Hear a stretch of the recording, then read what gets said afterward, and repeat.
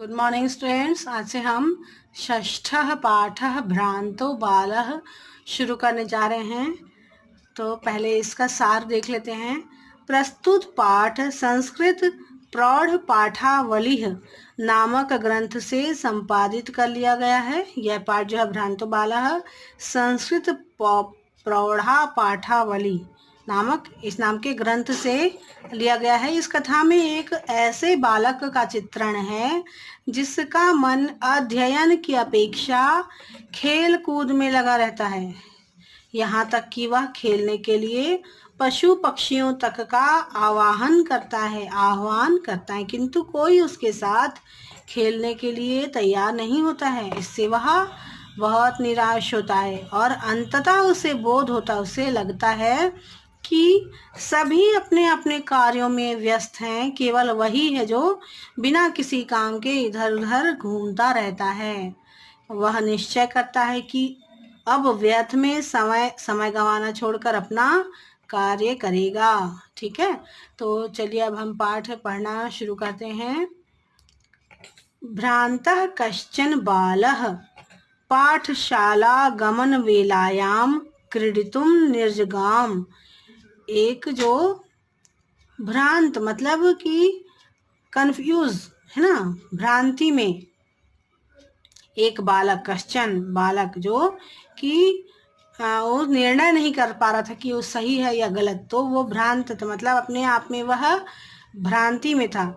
कश्चन एक बालक पाठशाला गमन वेलायाम मतलब पाठशाला जाने के समय, वेला यानी समय होता है ना, गमन यानी जाना, पाठशाला जाने के समय क्रीडितुम निर्जगाम खेलने के लिए घर से निकल पड़ा।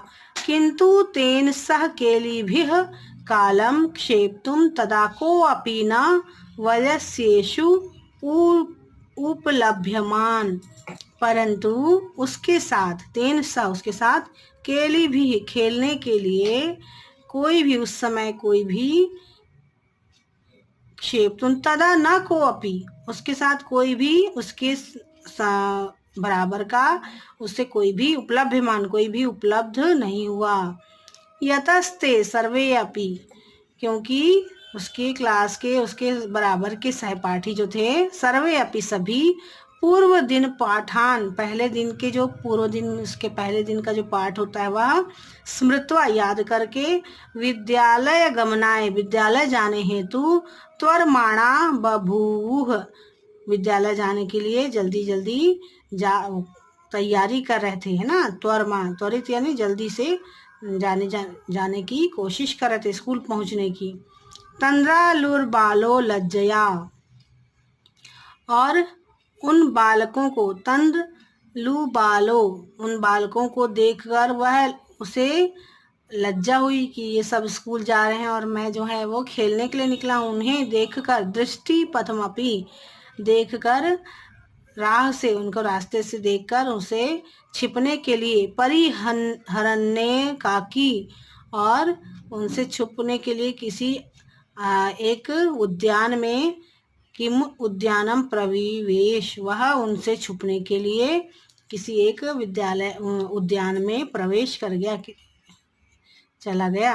स चिंतयामास विरमन्त्वेते वराकाः पुस्तक दासा और उसने सोचा कि ये जो मेरे साथ के मेरे दोस्त हैं, सहपाठी हैं, वो तो सब पुस्तक के दास हैं, है ना, बोलते हैं ना पढ़ाकू हैं, एकदम पुस्तक के दास हैं। अहम पूरा पुनरात्मनम मैं विनोद इष्यामी मैं अकेले ही अपने आप का ही मनोरंजन कर लूँगा। विनोद इष्यामी अपना ही खुद ही मैं मनोरंजन कर लूँगा।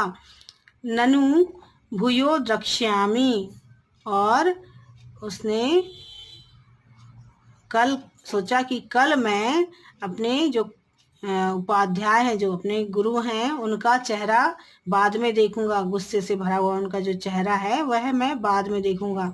संत्वेते निष्कुटवासिन एव प्राणिनो मम वयस्या इति। अब मैं अपने जो निष्कुट का मतलब होता है घोंसला, घोंसले में रहने वाले प्राणियों को मैं अपना दोस्त मित्र बनाऊंगा। वयस्या यही अब मेरे मित्र हैं। जो घोंसले में रहते हैं ऐसे जीव, पशु पक्षी, वह मेरे मित्र हैं। क्योंकि मेरे मित्र तो सारे स्कूल चले गए हैं, तो मैं तो अकेला हो गया हूँ, इसलिए अब वे ही मेरे मित्र हैं। अथ सा पुष्पोद्यानं व्रजन्तं मधुकरं दृष्ट्वा तं क्रीडाहेतोरावाहयत्।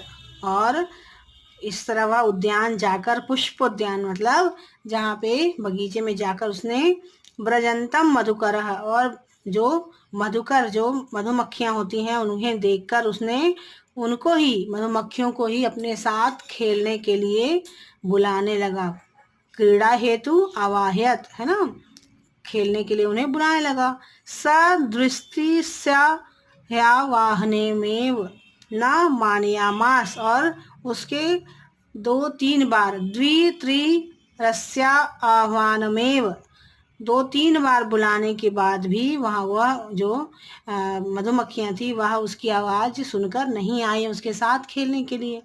ततो भूयो भूवः हठमाचरित बाले सो अगायत। परंतु उस बालक के हठ करने पर, बार बार उसने जब बार बार भूयो भूया, बार बार जब उसने हठ के अनुसार जिद करके जब उसे बुलाने लगा, तब सो गाया, तो उन्होंने गाना गाकर उसे सुनाया। वयम ही मधु संग्रह व्यग्रा इति, हम सब यहाँ पर मधु जो है, शहद, वह इकट्ठा कर रही हैं। हम सब मिलकर यहाँ पर शहद इकट्ठा करती हैं। वो ऐसे भी गुंजन करती हुई रहती है ना मधुमक्खियाँ, तो गाते हुए कहती हैं कि हम सब यहाँ पर मधु इकट्ठा करें, शहद इकट्ठा करें, अपने काम में लगी हुई हैं। तो आज के लिए इतना ही। अपने अगली क्लास में हम इसके आगे का अर्थ देखेंगे। ठीक है।